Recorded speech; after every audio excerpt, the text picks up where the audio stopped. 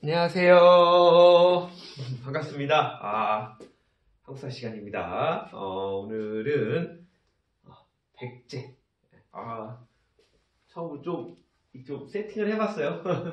여러분들 수업 들어가시기 전에 혹시 미리 약간 스톱해놓고 스페이스바 누르시고 좀 그려주셔도 괜찮고요. 하여튼 미리 좀 이렇게 이거 그리는데 시간 더 많이 갈 것 같아갖고 제가 미리 이렇게 조금 중요한 왕을 이렇게 정리를 일단 미리 하고 이렇게 수업을 들어갑니다. 자, 오늘은 제가 촬영하는 날짜 업로드 이제 5월달에 5월 여러분들 6일날 올라가는 강의인데요. 지금은 4월 28일입니다.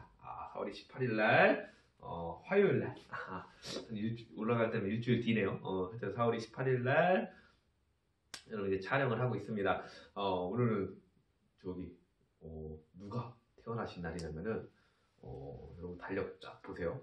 우리나라 그래도 막 이렇게 조사 같은 걸 하지 않습니까? 우리나라 사람들이 가장 좋아하는 역사 인물 중에 거의 1위 하면 이분이죠. 그래서 거의 세종대왕 아니면 바로 이순신 얘기하는데 이순신 장군이라고 해야 되나? 충무공 이순신이 오늘 태어난 날입니다. 그리고 4월 28일 날 그렇고 또 한 분이 또 이날 태어나셨더라고요. 보니까 오늘 카톡을 딱 보니까 생일인 친구가 뜨더라고요. 여러분 작년 환경부장이었던 허혜룡 선생님. 바다의 용, 해룡. 이순신 뭔가 비슷한 게 있는 것 같아요. 하여튼 오늘 그런 날입니다. 4월 28일 날 이런 충무공 탄신의 날 여러분들 수업을 하고요. 우선은 제가 드디어 이제 7강 백제의 성장과 가야까지 묶어서 정리를 좀 해드리려고 합니다. 첫 번째는 개통입니다. 개통. 숫자 좀 1, 개통 2 왕인데 우선은 개통을 한번 얘기를 해보려고 해요. 일단 이 백제는 여러분들이 좀 아시고 계시는 대로 요게 저쪽 저쪽 부여계통에서 내려옵니다. 부여계통에서 내려와갖고 자 그래서 고구려 역시도 주몽 역시도 부여에서 내려오고요. 또 이 고구려와 같은 계통이다라는 그러한 증거가 되는 것 같은 게 있거든요. 이게 아마 중학교 때는 여러분들 공부를 하셨을 텐데 어떤 게 있는 거죠? 또 고구려와 같은 계통이다. 여기 고구려와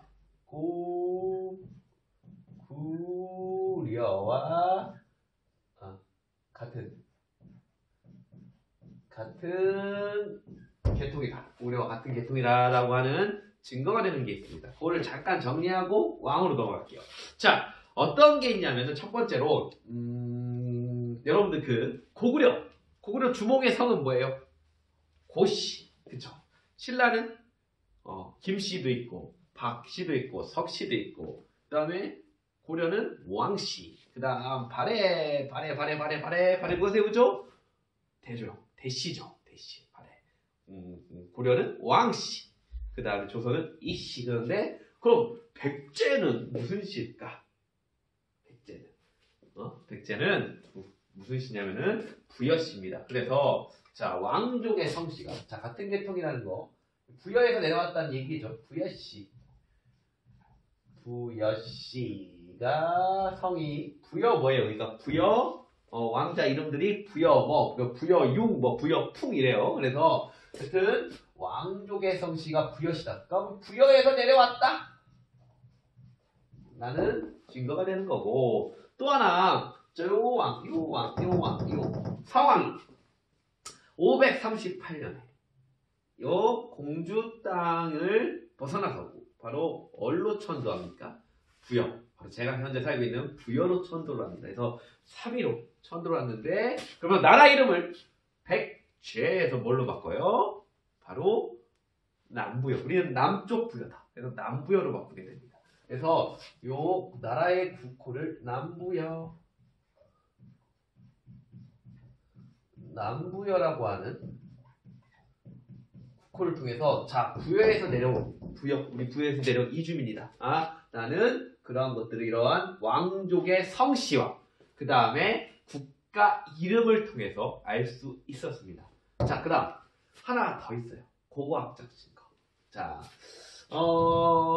현재는 요 왕의 무덤으로 추존을 해요. 추측을 해요. 추측. 그러니까 여러분들 이 왕의 무덤으로 뭐야? 벌써 종이 났네요. 2시 반이에요. 이 왕의 무덤으로 추측하는데 원래 백제 같은 경우는 수도가 한성에 있었습니다.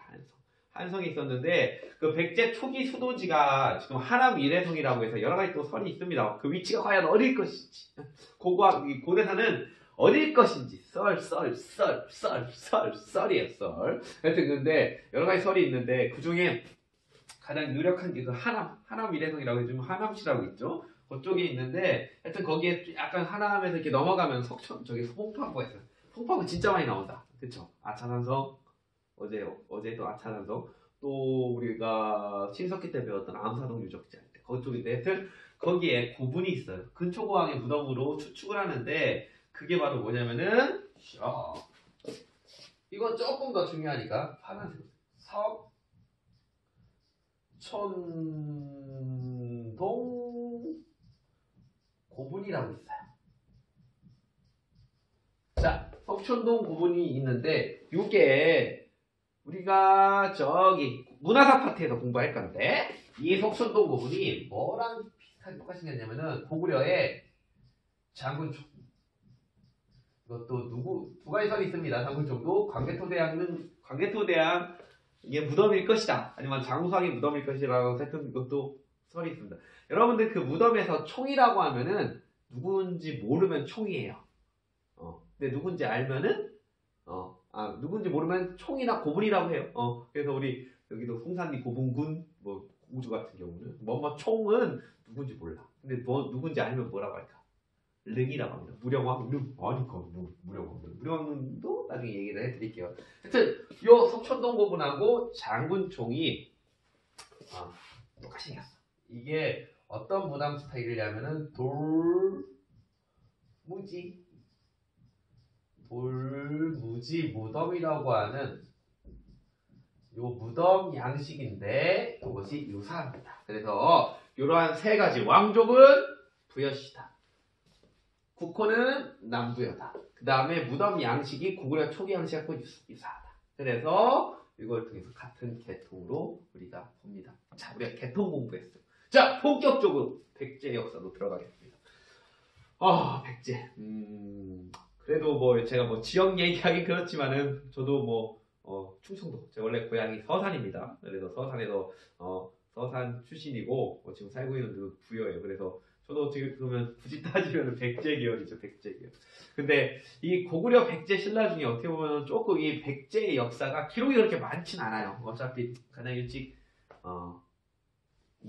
멸망도 했고 워낙 삼국사기나 삼국유사 기록 자체가 신라 중심의 역사 기록이기도 하고요.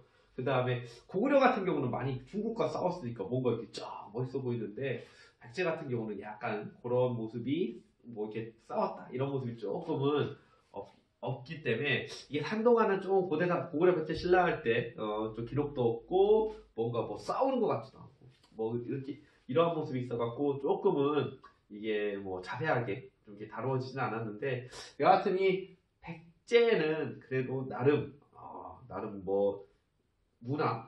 그래도 제가 보기엔 고구려 백제 신라 중에 백제 문화가 가장 멋있는 것 같아요. 멋있고 예술적으로 상당히 높고 나름 우리가 한번 또 살펴보아야 할 때 우리 학교가 또 백제 문화의 최고의 그 중심지 아닙니까? 그래서 조금 더 공부를 좀 더 우리도 즐겁게 한번 또 했으면 좋겠습니다. 자, 일단 건국자. 자, 그거는 삼국사기 기록에 의한 겁니다. 삼국사기 기록에 의하면은 삼국사기는 나중에도 한번 또 우리 고려사 파트 할 때 얘기할 수도 있겠지만은 김부식이 경주김씨입니다. 그래서 신라 중심의 내용이 상당히 많이 들어가서 신라가 상당히 BC 57년 에 건국됐다.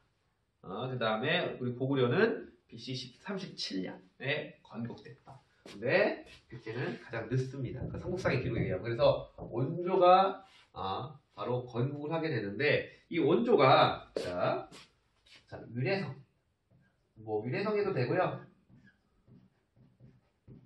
한성에서도 됩니다. 한성. 그러니까 서울이죠. 위례성에도 되고 한성 되는데 위례성에서 기원전 18년에 건국합니다. 요 원조 바로 개통에서 얘기했듯이 내려왔죠. 원조는 몇째 아들? 둘째 아들이 둘째. 형이 있었죠? 형이 누구? 비류라고 있었습니다. 비류. 그래서 비류는 어디서 자리를 잡았습니까? 비류는 미추홀이라는 데서 자리를 잡았어요. 그 다음에 원조는 리레성. 미추홀은 어디예요? 오늘날 거기가 인천이 미추홀입니다. 인천. 그래서 미추홀 구가 아마 인천에 있는 걸로 알고 있고요. 아마 그리고 인천에서 야구 대회를 해요. 그 고등학생 거기 미추홀기라고 해요. 미추홀. 그래서 미추홀 인천의 옛날 이름인데 하여튼 형은 비류는 미추홀. 그 다음에 동생인 원조는 위례성에서 각각 건국을 하게 됩니다. 결국은 동생인 원조가 비류 세력을 이기게 되죠. 그래서 원조가 이제 백제의 백제를 이렇게 건국하게 되고 발전시키게 되는데 이 비류에 또 여러 가지 또 썰이 있어요. 또 썰.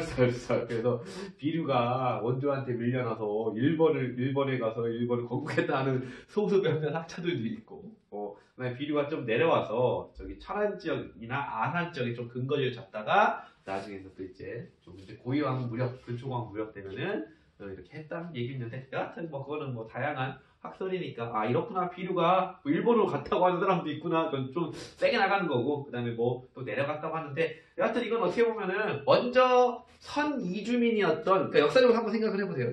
이게 어떻게 이런 이야기로 가냐면은 먼저 내려왔던 비류 세력이 먼저 내려온 거예요. 북에서 저기 내려온 거죠. 내려왔는데 다음에 또 내려온 세력이 있었던 거예요. 그렇죠. 그 원조가 이긴 거죠.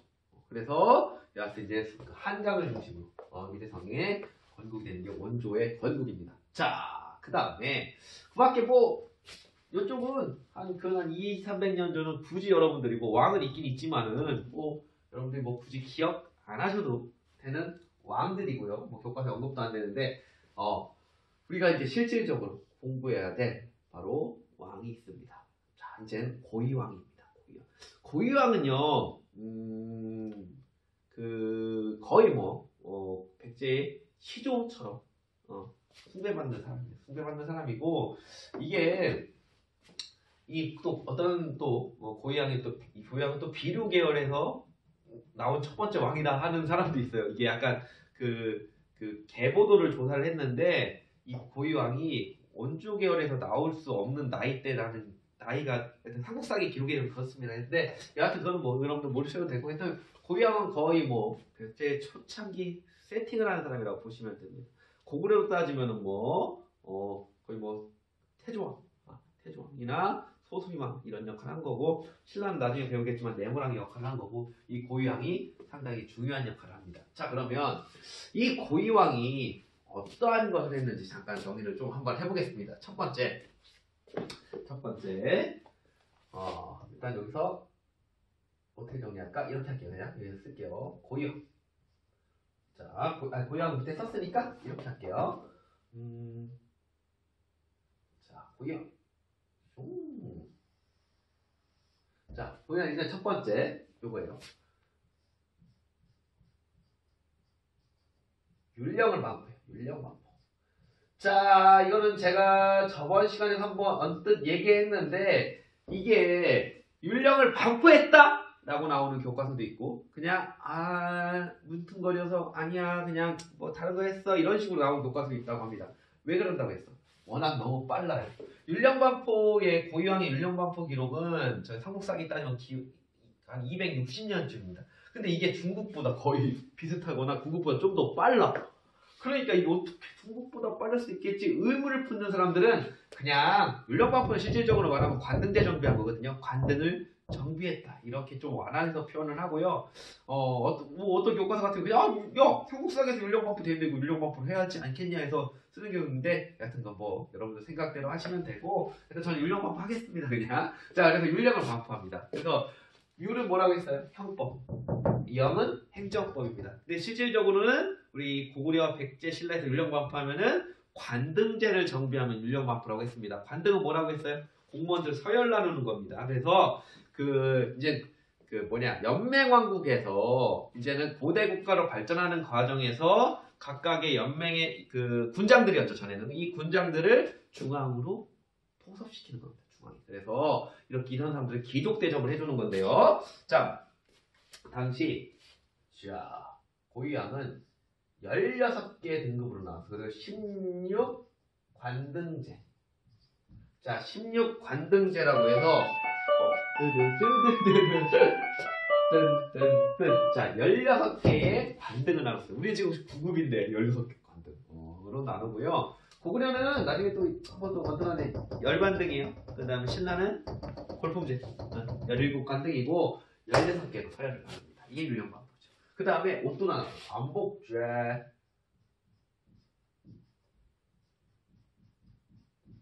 자, 관복을 합니다. 관복. 그래서 자색, 그 다음에 비색, 그 다음에 청색이라고 해서 옷 색깔로 3가지로 나눈 겁니다. 그래서 관복, 관등 다 서열 나눈 거예요. 자색, 비색, 청색, 옷 색깔로 서열 나눈 겁니다. 자가 가장 높겠고요. 그 다음에 비, 그 다음에 청 이렇게 해서 3단계로 나눴다. 자기 청입니다. 3단계로 나눈 거를 여러분들이 좀 알아두시면 되겠고요. 자, 그 다음에 이 고유왕 때 영토학장합니다.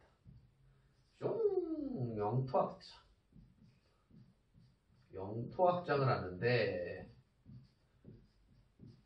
자, 이제는 그 위례성 지역, 그러니까 서울의 그 한강 하류 지역, 그러니까 한강은 그쪽이 하류입니다. 이렇게 한강은 북한강하고 남한강이 있고 팔당 댐에서 만나서 쭉 인천으로 내려가는데, 그 오늘날 잠실 지역 거기에 있었던 백제가 계속 성장을 하는 겁니다. 그래서 이 고유왕 때는 이제 한강 상류 지역, 그러니까 저 북한강 지역 또는 충청도 지역까지, 남한강 저기 충주 지역까지, 그러니까 충주 지역까지는 저기 이때 거의 천안 지역까지 내려옵니다. 그러니까 천안 지역까지 내려오고요. 남쪽으로는, 동쪽으로는 충청도까지, 동쪽으로는 저쪽 춘천, 막국수 유명한 저기 닭갈비 유명한 춘천 지역까지 가게 됩니다. 그래서 이 고유왕 때 그냥 우리가 이거를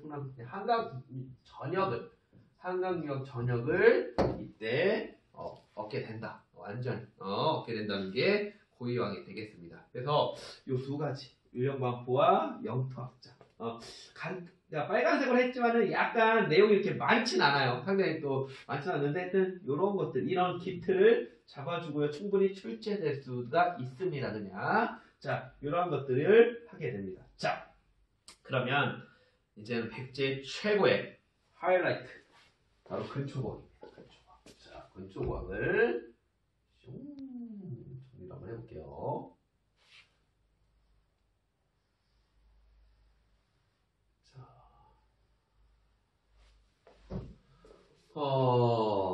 자, 정리를 할 건데, 일단 근초광. 그래도 고구려 하면은 광개토대왕, 장수왕이 있고, 백제 하면은 근초광, 그 다음에 신라면 진흥왕인데, 언제든지 나올 수 있는 게 바로 이 근초광입니다. 자, 그러면 우선은 근초광은 이 고유왕은 거의 충청도 북부 지역까지 갔는데, 이제 근초광은 이제 영호남 지역까지 가는 겁니다. 그래서 호남 지역, 이제 영산강 지역, 이제 호남 지역 전 지역, 이제 전라도 지역과 그 가야의 일부 지역까지도 이 근초광이 바로 오게 됩니다. 그래서 일단 이제 마한 지역, 마한이라는 표현 쓸게요. 마한.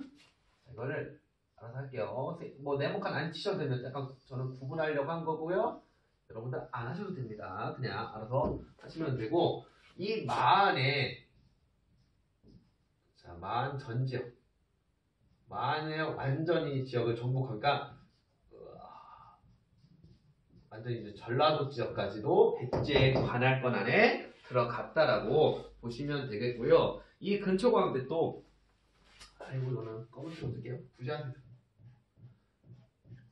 자, 이제 아들이 근구수죠. 하여튼 그 실치도를 좀 부자세습을 했던 사람이 바로 근초광이 되겠습니다. 다음에 자, 또 유명한 얘기가 있죠. 또 여기를 공격합니다. 고구려의 평양성. 자, 고구려 이 평양성을 공격해서, 자, 누구를 죽여요?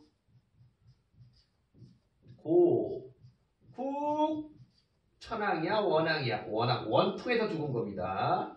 원왕을 전사시킵니다. 자, 이것도 우리가 다 얘기했었죠? 고구려 파트에서. 고구려 고국원왕은 일단은 누구한테 당했다? 선비족한테 당했다. 그러니까 거의 이제 죽을랑 말랑 한 상태에서 이제 평양성에 은거하고 있었던 고국원왕을 3만의 군사를 데리고 가서 결국은 전사시킵니다. 이게 고구려와 백제의 본격적인 이제 싸움, 같은 계통이 왔지만은 이제 싸움의 시작입니다. 싸움의 시작이고 고국원왕을 전사시키는 사람이 바로 이 근초고왕이 되겠습니다. 자, 그 다음에 또 하나 더 얘기를 해보면은 이제는 약간의 그래도 이게 참 이거를 어떻게 좀 논란거리 중에 또 하나예요. 이 근초고왕이 요 얘기가 있어요. 요 얘기. 요 얘기가 뭐냐면은 여기에 있습니다. 요서진출설이 있어요. 요서진출. 제가 요거를 대학원 제가 다녔을 때 이 논문을 다 찾아봤었어요. 찾아보고 이걸 제가 발표를 맡아서 찾아봤는데 이게 뭐냐면은 근초고왕이 요서, 산둥, 규슈를 진출했다고 합니다. 저 학교 다닐 때 그렇게 배웠어요. 이게 3차 교육과정 하면 저쪽 70년대 그때 교육과정인데 그때부터 이게 교과서에 들어왔습니다. 요서는 제가 그 고조선 설명했을 때 요하강을 기준으로 해갖고 서쪽이면은 요서, 동쪽이면 요동 했을 때 그 요서 지방 진출. 우리 역사에는 요서 지방 진출하기 어렵습니다. 근데 근초고왕 때 요서 진출했대. 또 산둥까지 진출했대. 산둥반도. 그 다음에 규슈는 일본 그쪽 가장 우리랑 가까이 있는 섬이죠. 진출했다. 이게 지난 예전 6차 교육과정은 이게 들어갔는데 지금은 이거를 쓴 교과서 솔직히 있긴 있어요. 근데 요즘에 이걸 좀 안 쓰는 교과서들이 많아요. 그러니까 이게 잘 안 믿어. 잘 안 믿어. 자, 이 얘기 다시 한 번 더 들어갈게. 그러니까 긍정론이 있고 부정론이 있는 겁니다. 이 요서진출설. 긍정론은 뭐냐면 이거 기록에 있어. 어떤 기록에 있냐면은 중국의 역사서에 기록이 있어요. 중국에 제가 중국이 진나라, 한나라 다음에 위진, 남북조라는 분열기를 겪습니다. 그걸 통일한 사람이 수나라야.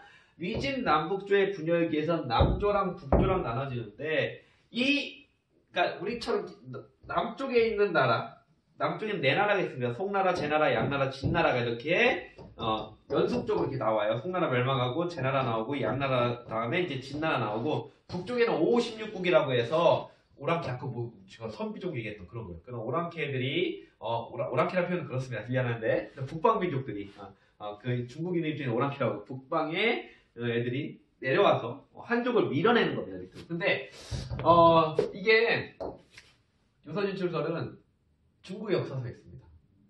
그러니까 요서 지방은 남쪽과 북쪽과 지역으로 따지면 북조예요. 북조 지역이다. 북조 지역인데 이게 남조의 역사서에 이 이야기가 실려 있어. 송서, 그다음에 양서에 요서진출설이 들려 있어. 뭐라고 했냐? 어이 저기 얘들 입장이야. 송서 양서 입장에서 이거 오랑캐들 오랑캐죠. 그 지역에 니들 힘이 약해서 백제가 여기에 백제군 진평현 같은 군현을 설치했다는 기록이 있는 거예요. 그래서 아니 우리 기록도 아닌 우리가 쓴 것도 아닌 중국 역사서에 버젓이 있잖아. 그 기록이 있잖아. 맞지 않냐? 그리고 근초고왕 때야 현실적으로 힘도 세. 맞지 않냐? 그래서 요서진출설을 긍정하는 사람들이 부정론자들이 있어. 부정. 이건 말이 안 된다. 왜 이게 아니냐면은 우선은 백제가 어떻게 여러분들 근데 그 북조가 훨씬 더 남조보다 힘이 셌습니다. 그 북방유목민족 싸움 잘해요. 아니 걔들 힘이 얼마나 센 애들인데 중국의 남조도 밀어난 애들인데 그렇게 힘센 애들이 있는데 어떻게 백제가 거기까지 갔겠냐. 현실적으로 어렵다. 그 사람마다 그 차이죠. 여기 된다라는 사람도 있고. 근데 또 하나가 그럼 요서진출도 대단한 일인데 그럼 우리 역사서의 삼국사기 뭐 삼국유사 이런 데 당연히 실어야 되지 않는데 그 내용이 없습니다. 우리 역사책에는 전혀. 그러니까 아닐 것이다 라고 보기도 합니다. 하여튼 이거 논쟁거리입니다. 논쟁거리고 이거에 대해서 좀 요즘 들어는 많이 좀 비판적으로 좀 보는 추세가 좀 더 늘어나는 것 같은데 하여튼 무슨 얘기인지 좀 알겠죠? 이런 게 역사입니다. 그러니까 이게 어느 정도 이제 다 타당한 이런 하나의 사료라는 게 나와서 이게 정리가 돼야 되는데 하여튼 요서진출설도 있고 그러니까 요즘에 산둥진출설, 뭐 규슈진출설 안 나와. 근데 요거는 계속 논쟁거리입니다. 이게 좀 요즘에는 또 어떤 학자는 좀 이게 타협론이 좀 나와 있어요. 그래서 저쪽 또 부여가 아직도 있죠. 4세기잖아. 부여가 최종 멸망은 494년인데 부여의 어떤 세력의 일부 여암이라는 사람이 있는데 그 사람이 여기에다가 잠깐 뭘 설치했는데 이게 백제로 차용되지 않았나 이렇게 또 얘기하시는 분들도 있어요. 하여튼 요서진출설 재밌어요. 저는 이거 되게 재밌게 봤는데 요즘에 조금씩 약간씩 힘이 좀 줄어들긴 하는데 여기 꼭 그래서 요서진출설이라고 했습니다. 자, 그 다음에 여기다 교류했어요. 그쪽은 동진. 그 다음에 일본하고 백제는 친했죠. 왜와 자, 동진과 왜 교류만. 동진이 뭐예요? 아까 중국의 남조를 동진이라고 하는 거예요. 중국의 남조. 그래서 그냥 이거는 안 쓰셔도 됩니다. 제가 좀 이해하시기 중국이 이렇게 있으면은 이게 중국이에요.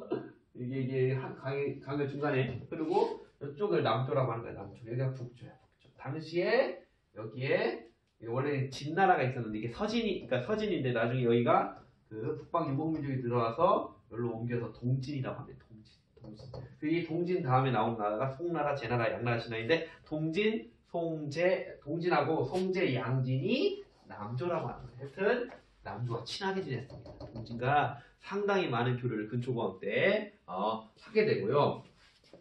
다음에 요 규슈인데 요 왜와 교류인데 바로 이제 요거를 어떻게 하냐면은 이때 근초고학이 보냈던 사람이 있어요. 이름은 왕인 박사라고 하죠. 왕인 박사라고 하는 것도 아까 얘기할게요. 그 백제는 학교가 있었을 거라고 생각하는데 학교가 뭔지 몰라. 고구려는 학교 있습니다. 태학, 경단, 신라는 국학이라는 학교가 있었는데 백제는 학교 이름이 사료에 없어. 단 선생은 있었어. 박사를 선생이라고 했습니다. 왕인 박사. 그 다음에 아지키. 이때 이 인물들이 왕인하고 아지키 요 인물들이 일본에 가서 문화를 전파해요. 근데 재밌다. 왕인과 와이치는 우리 역사사에 기록이 없어요. 여러분 이 백제사에 또 많은 기록이 일본 역사책인 일본 서기에 기록이 돼 있습니다. 하여튼 그 왕인과 아지키 일본 서기에 이 사람들이 나오고요. 가장 또 중요한 게 그래도 요거 이 외화 교류에서 또 칠지도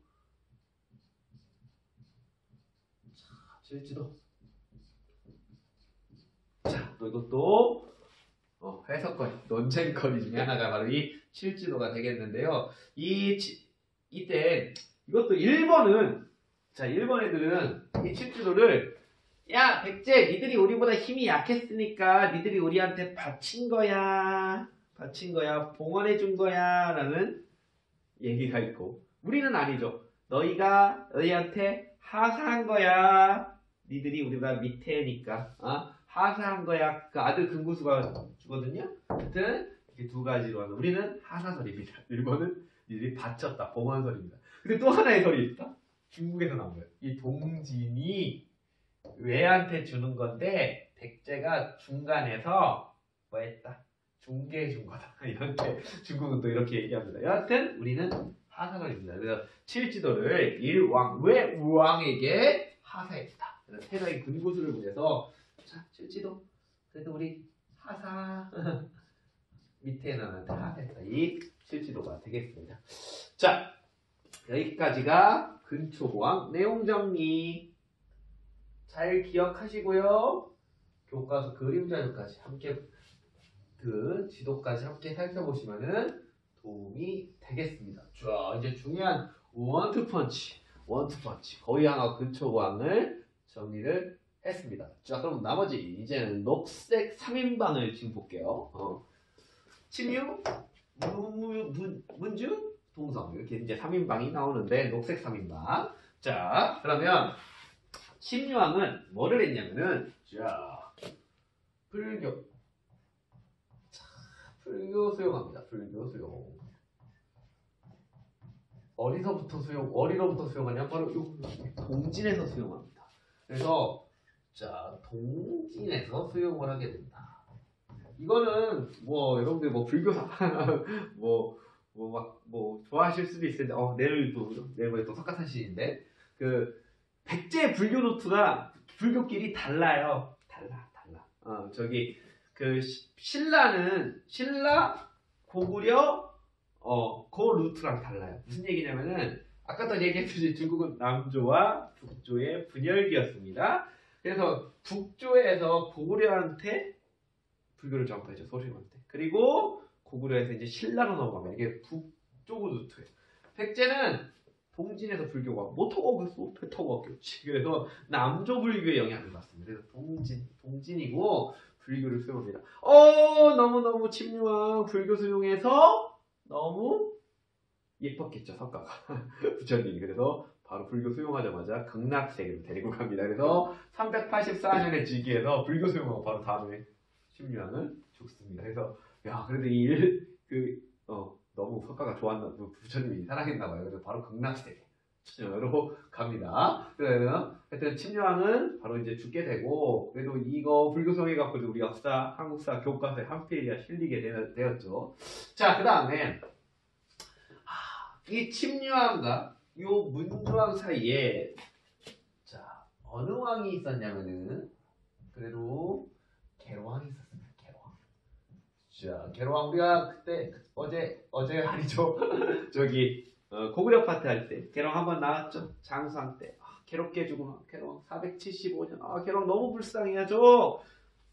나는 그러니까 이 사람이 선택을 잘못한 거예요. 북위에다가 외교를 했을 때 북이랑 장수왕은 고구려는 절친이었어. 절친. 완전 절친.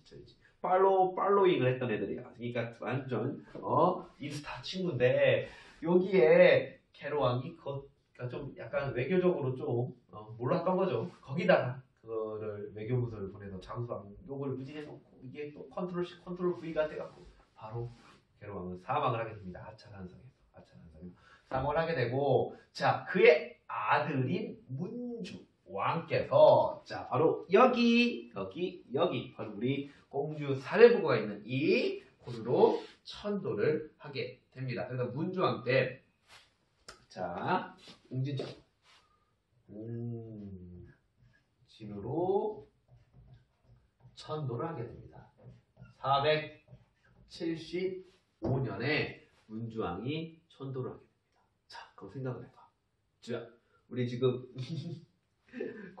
우리 공주 출신들이 많겠지. 많이 있는데 야 이때는 우리는 요즘 날 수도 옮기면 좋아져. 집값 오르니까 땅값 오르니까 세종시도 우리 수도자 어떻게 지금 행정수도잖아요. 세종시. 근데 이때 봐. 이때 이 문주왕이 천도했어. 나는 서울을 버리고 공주로 천도했어. 공주 귀족들은 이거를 예스 왕이 드디어 우리 동네로 오신다 환영합니다. 그랬을까? 아님 왜 와? 쟤 뭐야? 그랬을까? 정답은 뭐야? 쟤 그랬다고 합니다. 뭐냐면은 이 사람이 얘가 내려왔단 말이야. 이게 안 내려왔으면은 귀족들이 저 공주에서 그냥 떵떵거리면서 잘 살할 수 있었는데 갑자기 왕이라고 주시고 내려온 거야. 근데 왜 이러서 다시 웅진 귀족 입장에서 쟤 뭐지? 왜 내려왔지? 싫어. 싫어해. 그래서 그 웅진 시대 때 저희 공주가 475년 그냥 475년인데 자 475년에부터 자 무려 사왕이 천도한 날이 538년이야. 그러니까 그건 한 웅진 시대 여기까지 웅진 시대입니다. 안 하셔도 돼요 그냥 웅진 시대. 이 공주 시대야. 우리 공주 사대부고니까, 웅진 사대부고니까. 근데 요 웅진 시대 때인데 문주왕 어떻게 될까? 공주 귀족들이 죽여요. 다음 왕이 누구냐면은 삼근왕이야. 삼근왕. 삼근 어떻게 될까? 공주 귀족들이 죽여요. 공주 귀족 무서워요. 다음에 4명밖에 없어. 웅진에 문주왕, 삼근왕. 삼근왕만 불쌍한 안 써줬네. 그 다음에 동성왕, 무령, 문상동무. 삼근왕 죽여요. 동성왕도 웅진 귀족들이 죽여요. 이거는 웅진 귀족이 아니고 백가라는 사람이 죽입니다. 백가가 죽이는데 왜 죽이냐면은 동성왕 일단은 일단 먼저 죽는 얘기부터 하고 다시 내용 정리할게요. 그 부여에 가면은 저쪽 임천이라는 지역이 있습니다. 임천이 있는데 거기에 그 산이 있어요. 성흥산이라고 있는데 백가라는 그 귀족한테 야 거기 좀 산성 좀 쌓아 했는데 백가가 열받아갖고 싫어 죽여요. 그래서 동성왕 역시도 그거 합니다. 저기가 바로 성흥산성인데 한번 검색해도 좋은데 거기에 그 성흥산 꼭대기에 그 사랑나무라고 있어요. 그래서 거기에 드라마랑 영화 같은 촬영도 많이 합니다. 그 가장 최근에가 호텔 델루냐? 그래서 아이유가 부여왔어요. 그래서 거기 꼭대기에서 이렇게 사랑나무라고 해서 나중에 여러분들도 한번 부여 놀러 가면은 롯데리조트 이런데 너무 좋지만은 부여 읍내 말고 저쪽 한번 사랑나무 뒤에 또 꼭대기에 나무 큰 게 있습니다. 한번 가셔도 좋을 것 같아요. 하여튼 그 백가라는 사람이 동성한테 피살을 합니다. 그거를 극복했던 또 무령왕이 백가를 이제 처벌하고 무령왕이 등장하는데 여하튼 이 동성왕인데 이 동성왕은 우선 하나 정도 좀 알아두시면 좋을 것 같아요. 이 동성왕 때 신라와 결혼 동맹을 맺습니다. 결혼 동맹 493년에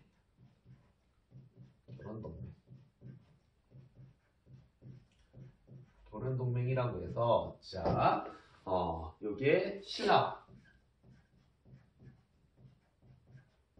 이 동성왕이 누구랑 결혼하면 그 신라의 왕 이찬, 그러니까 국무총리의 딸인 비지라는 국무총리예요. 이찬이면 국무총리인데 그 비지의 딸가 결혼을 합니다. 그래서 이 결혼 동맹이 이 당시에 동성왕, 그러니까 신라와의 커넥션이죠. 원래 이 나제 동맹은 이때 433년 안에 비유왕하고 백제의 비유왕인데 그다음에 신라의 누르주왕하고 나제 동맹이 체결되고요. 당시 그다음에 동성왕과 신라의 소지왕 때 이것도 결혼 동맹이라는 게 또 업데이트가 되는 겁니다. 업데이트가 버전업이 되는 거죠. 하여튼 동성왕이야. 동성왕은 또 삼국사의 기록에 의하면 드디어 제주도 탐나죠. 이 탐나국을 또 복수했다는 기록이 있는데 우리 교과서에는 없습니다. 나오지 않는데 이 내용이 되겠습니다. 이제 백제사 이렇게 잘 정리가 됐고 이제 무령왕으로 가겠습니다. 갑자기 동성왕이 백가한테 피살이 됐어요. 피살. 이제는 누가 왕을 하냐? 바로 일본에 있습니다. 무령왕. 무령왕은 일본 출신이에요. 그러니까 태어난 지역이 일본이에요. 일본 출신이 아니고 당시에 그 백제의 그 공주들이 일본 왕실하고 이것도 일종의 결혼 동맹이겠다. 그래서 그 백제의 공주가 일본의 왕과 결혼하는 케이스가 상당히 많았습니다. 그래서 무령왕이 일본에서 태어났습니다. 그래서 일본에 있었던 무령왕이 백제에 와서 이제 왕에 오르게 되는데 몇 살에 왕이 오르냐면은 40살에 왕이 오릅니다. 무령왕이 40살에 왕이 오르게 되는 겁니다. 그 옛날 2002 월드컵을 할 때 일본은 천황, 일왕이다. 우리는 일왕이라고 부르고 일왕이 정식적인 용어입니다. 일왕이 뭔 얘기했냐면은 우리 그 일왕의 그 엄마, 그러니까 일왕의 모계 쪽이 그 무령왕의 피를 삭혔다. 그래서 우리가 백제계열이다라고 해서 그 2002년도에 월드컵 하기 전에 이 말이 한번 얘기가 나왔어요. 본인의 입에서 나와갖고 일본 왕실이 백제계다 해갖고 한번 상당히 또 주목을 받았던 그 월드컵 하기 전에 또 했었고 예전에 80년대에서도 이런 그 당시 신문사 조선일보에서 이러한 또 연재 기획물도 내기도 하고 했다면 하여튼 이 백제와 일본이 가깝다는 거는 당연한 거고 뭐 이러한 또 무령왕이 또 출신에 대해서도 아직까지도 이렇게 많이 회자가 되는 겁니다. 자, 40살의 왕이 오른 무령왕은 우선은 무엇을 하냐? 우리가 그래도 무령왕릉이 되게 유명하고 거기 문화산 파티도 저희가 해야 될 과제고 이거예요. 내 전대 왕들 문주왕, 삼그랑, 동성왕 다 귀족 세력에 의해서 피살됐단 말이야. 그러면은 가장 시급한 게 뭐야? 나의 안전이지. 그리고 이 뭐랄까 그 왕실 세력이 귀족 세력을 좀 누를 수 있는 언어의 제도를 만들어야겠다는 생각을 하게 된 겁니다. 그래서 백제의 주요 지역의 왕족을 22곳의 왕족들을 파견을 하게 됩니다. 그게 바로 뭐냐면은 22담로입니다. 22개의 담로, 22담로를 설치합니다. 자, 22개 담로를 설치해서 바로 요 지방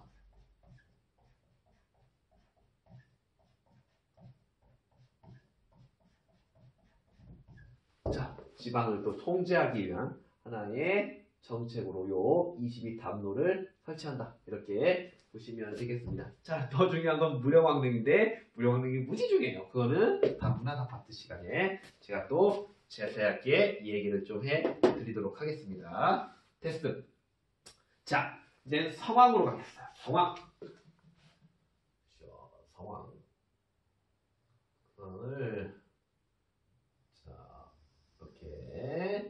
또 정리를 할 텐데 이 성왕 같은 경우는 우선은 자 538년에 자 연로천도합니다.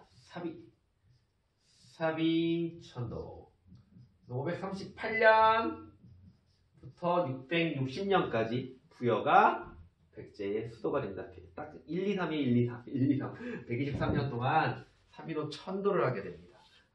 그래서 사비 천도하게 되고 나라 이름을 아까 저기도 했죠. 남부여로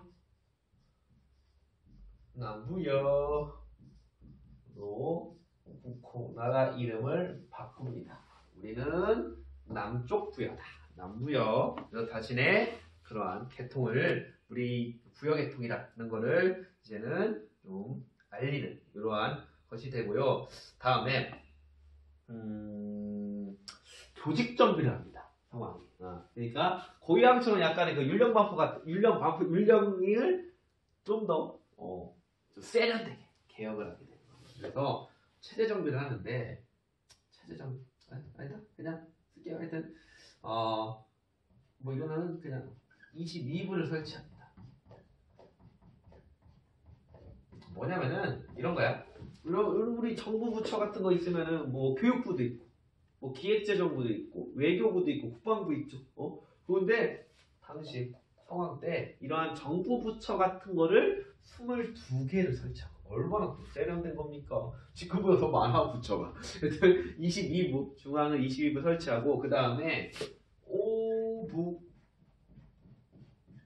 오방이라고 해서 지방제도, 지방행정제도. 그러니까 오부는 수도를 나눈 겁니다. 5개. 간단해. 동서남북중. 오는 그런 의미입니다. 동서남북중. 그래서 오부는 부여지역을 5개의 지역으로 나눈 겁니다. 오늘은 뭐 서울에 구 나누듯이 그런 거야. 오방은 또 지역을 또 동서남북중 해서 나눈 겁니다. 백제 지역을 5개 해갖고 또 수도, 이거는 지방을 오부, 오방이라고 해서 나눕니다. 그래서 부여 같은 경우는 저도 국립중앙부여박물관 가보면은 이렇게 뭐 도자기 편이나 이렇게 나오면은 당시 이렇게 목간 같은 거라고 해서 당시는 종이가 없으니까 목간으로 이렇게 그런데 자신의 소속부가 나옵니다. 그래서 뭐 그런 오부의 그런 기록 같은 것들이 나와요. 일단 오보방이라고 해서 이런 조직 정비, 체제 정비를 또 했던 사람이 바로 성황이 되겠습니다.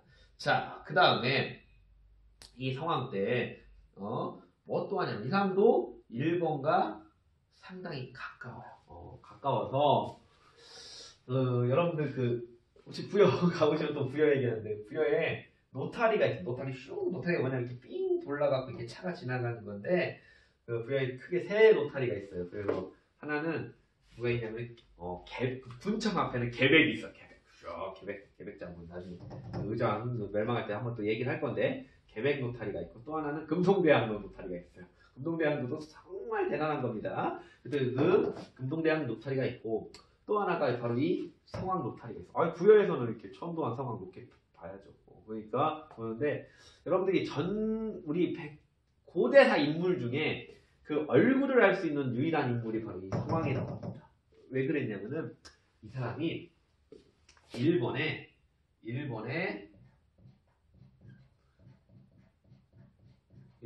불교를 전파해 줍니다. 자, 일본에 불교를 전파해 줍니다. 그래서 노리타치케라는 사람을 보내서 불교를 전파하는데 그래서 성왕이 얼마나 일본 불교계에서 중요한 사람이겠어. 이 사람 성왕에 의해서 불교가 들어갔는데 그래서 성왕의 얼굴을 딴 그 불상이 있습니다. 성왕의 얼굴을 딴 불상. 그래서 일본 노리타치케라는 사람을 통해서 불교를 전파를 하게 됩니다. 자, 이런 성왕. 자, 이제 또 중요한 내용 하나 나옵니다. 중요한 내용. 자, 결국은 이때 잃었던 이때 개로왕 때 잃었던 우리의 한강을 찾자. 결국은 나제 동맹의 결과물로 자, 이거 드디어 한강유역을 수복합니다. 다시 찾게 된다. 수복은 다시 찾는다는 의미야. 그래서 고구려가한테 잃었던 한강유역을 찾습니다. 자, 그래서 맡았던 부분이 있었던 거야. 백제는 한강 하류를 한강 하류를 찾아요. 그러니까 얻었다고 해도 상관없죠. 그냥 한강 하류 어디냐? 서울, 인천, 원래 이해내가 출발했던 지역 아니야. 그쪽으로 오고 신라는 어디였냐? 한강 상류 지역을 얻었어요. 저쪽 충주, 아까 얘기했던 춘천 이쪽 지역을 얻게 되는 거예요. 자, 이 당시 진흥왕과 함께 성왕이 조인을 해갖고 한강유역을 수복해. 근데 신라의 주장에서는 신라의 가장 지리적 한계점 중국을 갈 수가 없어. 백제와 고구려한테 막혀서. 근데 우리가 중국을 갈 수 있는 한강 하류 지역을 누가? 그럼 어떻게 해야 돼? 뺏어야겠지. 자, 결국은 한강유역을 찾게 되는데 553년에 결국은 자, 일단 신라와 함께 신라와 함께 한강유역을 찾다가 자, 이 신라가 결국은 공격을 하게 됩니다. 그래서 이때 이 상황이 바로 요 전투예요. 한강유역 했는데 관산성 전투. 자, 관산성 전투라고 여기가 오늘날 충북 옥천 지역입니다. 결국 여기에 관산성 전투에서 결국은 성왕이 전사를 하게 됩니다. 전투에서 전사. 그래서 결국은 성왕은 이렇게 해서 목숨을 잃게 되는 겁니다. 이 관산성 전투에서 성왕도 누구를 구하러 가나? 바로 본인의 아들, 나중에 위덕왕이 됐는데요. 아들을 구하러 가다가 결국은 죽게 됩니다. 이걸 누가 죽였을까?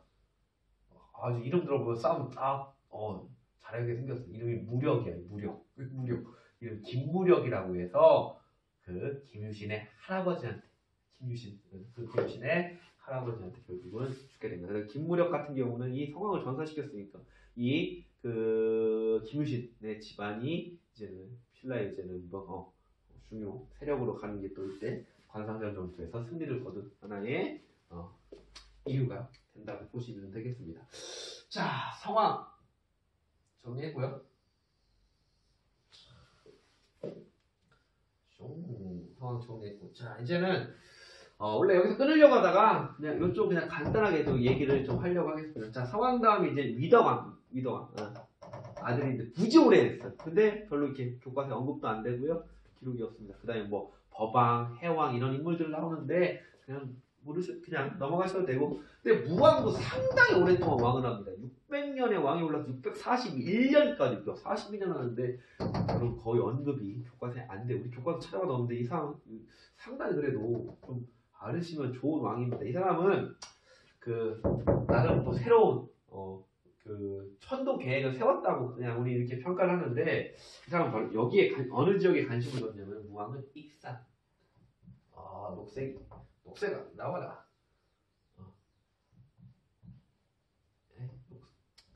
자 익산. 아 그냥 검색할게요. 자 익산에서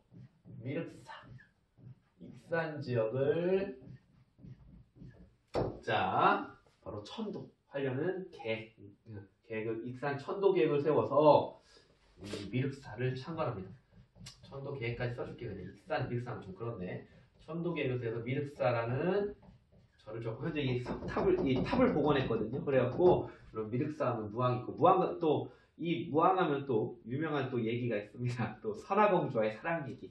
또 부여가면 또 국남지 뭐 서동요 나오는데 이것도 띠게 또 재밌는 또 일이 하나 생겼었어요. 그 서동 이 무왕하고 또 선화공주 그 신라 공주 진평왕의 딸인 그 선화공주의 아름다운 사랑 얘기가 띠게 유명한 삼공주사에 또 그 기록이 있고. 그런데 이 석탑이 이제 복원해서 지금 다시 만들었는데 요 탑을 복원하는 과정에서 자 사리암이 발견됐어요. 여러분 탑 원래 사리암이 나오는데 이 미륵사를 창건하는데 사리암이 나왔는데 거기에 무왕의 부인의 이름이 나옵니다. 그런데 선화공주가 안 나와.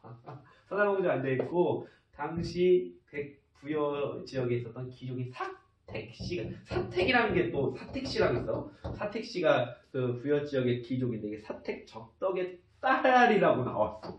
그때 고대사 연구자들이 2000년대, 2009년도인가 그때 나왔는데 그때쯤에 나왔을 거야 아마. 상당히 이제 골치가 아픈 거지. 아이 삼국사기 삼국유사에 전혀 없는데 선화공주와의 또 아름다운 사랑 얘기 얼마나 유명해. 근데 갑자기 그 선화공주는 없고 사택 적덕의 딸이 나오는 거야. 부인으로. 그럼 결국 어떻게 했을까? 현재 정리를 해야죠. 또 우리의 역사학자들이 정리합니다. 둘 다 부인이다. 둘 다 부인일 수 있잖아요. 왕인데. 둘 다 부인인데 하여튼 선화공주도 부인. 이것도 미륵사 창건할 때 결정적인 기여하는 그 사람도 사택씨 그 부인도 부인 이렇게 넣어. 근데 거기에 쌍릉이 있어요. 쌍릉. 익산에 또 쌍릉인데 또 무왕하고 이게 또 선화공주의 지금도 지금 복원하고 있어. 그러니까 이게 요즘에 익산 공진 공주 이 사비해갖고 이제 백제 문화지구로 몇 년 전에 됐잖아요. 하여튼 그때 이쪽이 같이 이제 백제 문화권에 엮이긴 하는데 익산도 나중에 한번 또 놀러 가시면 재밌으면 좀 한번 역사 지역으로 보시면 되겠고 하여튼 내가 꼭 의자왕의 마지막 의자왕은 나중에 신라 삼국통 할 때 할 텐데 더 자세하게 얘기하는데 결국 의자왕 660년 660년에 백제는 멸망을 하게 됩니다. 의자왕 얘기는 다음 9강쯤에 아마 이제 신라의 삼국통일 과정에서 좀 얘기를 할 것 같습니다. 자 여기까지가 백제사입니다. 잠깐 끊었다가 가야사 갈게요. 자 가야사입니다. 아유 백제사 많이 했네. 아유 갈수록 말 많아져서 미안합니다. 아유 너무 길어졌어요. 자 가야사 빨리 정리하고 마무리할게요. 가야사는 일단은 누가 세웠어? 누가 세웠어? 김수로. 그 배우 이름 김수로랑 똑같죠. 하여튼 김수로 왕인데 이 왕도 좀 기록에 의하면 뭐 140몇 살까지 살았던 왕이에요. 거의 가야는 여기 AD 42년에 김수로 왕이 건국을 했고요. 원래 육가야 연맹인데 그 가야 연맹 중에 전기 가야 연맹, 그 다음에 후기 가야 연맹으로 각각의 맹주의 역할을 했던 가야 세력들이 있습니다. 자, 여하튼 전기가야 연맹은 또 이게 숨겨도 있는지 연맹이라는 거야. 고대 국가 못 갔어요. 그리고 여기 후기가야 연맹은 5색인데 이 전기가야 연맹에서 자 잠시만요. 가장 대표적인 데는 여기죠. 금강가야. 어디가 중심 지역이었어? 김해 지역을 중심으로 금강가야가 있었고 후기가야 연맹 같은 경우는 대가야. 어느 지역? 고령. 약간 이쪽 동쪽에 서쪽으로 올라온 거죠. 고령 지역을 중심으로 대가야로 되게 됩니다. 자, 이렇게 가야연맹의 중심이 자 바뀌게 되는 거는 바로 누구? 광개토대왕. 우리가 고구려 파트에서 했던 거고 광개토대왕의 신라원정 외를 격퇴하는 과정에서 가야 세력이 완전히 금강은 그 전부터 세력을 많이 있긴 했는데 완전히 이제 대가야 중심으로 이제 넘어가게 되는 하나의 과정이 되겠습니다. 자, 그다음 이 가야는 기본적으로 자 이쪽 김해는 대성동 고분이 있고요. 고령에서는 뭐 지산동 고분이 있는데 여기서 좀 유명한 게 뭐 있어?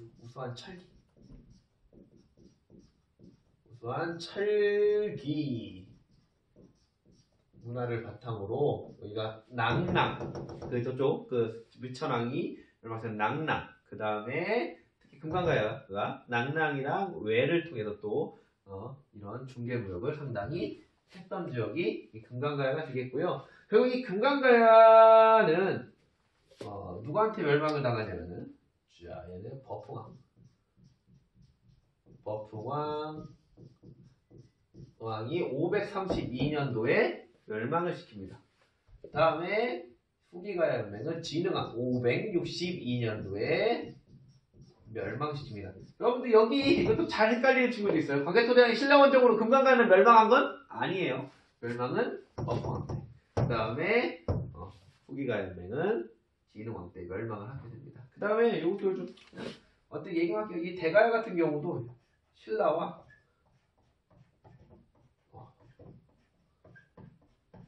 결혼동맹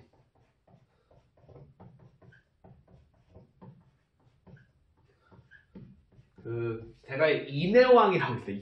인해왕이라고 있는데 또 버풍왕 시절 때 2차 아까 그 국무총리 얘또 딸과 결혼동맹에서 나름 신라와 그런 하나의 우호 관계 속에서 나름 국가의 뭐랄까요 번영 뭐 이런 거를 한번 하려고 했다는 거 보시면 되겠습니다.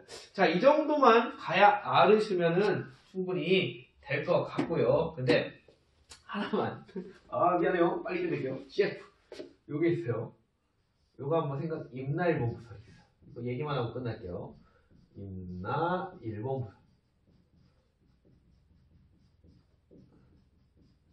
자, 이 임나일본부설 쉽게 생각하시면 돼요. 임나가야라고 해서 우리 역사서에는 임나가야라는 기록이 없어. 근데 일본 역사서에서는 임나가야라고 해서 기록이 상당히 많이 나와 있습니다. 그래서 임나가야가 일본에도 쉽게 말해서 가야를 지들이 지배했다는 얘기야.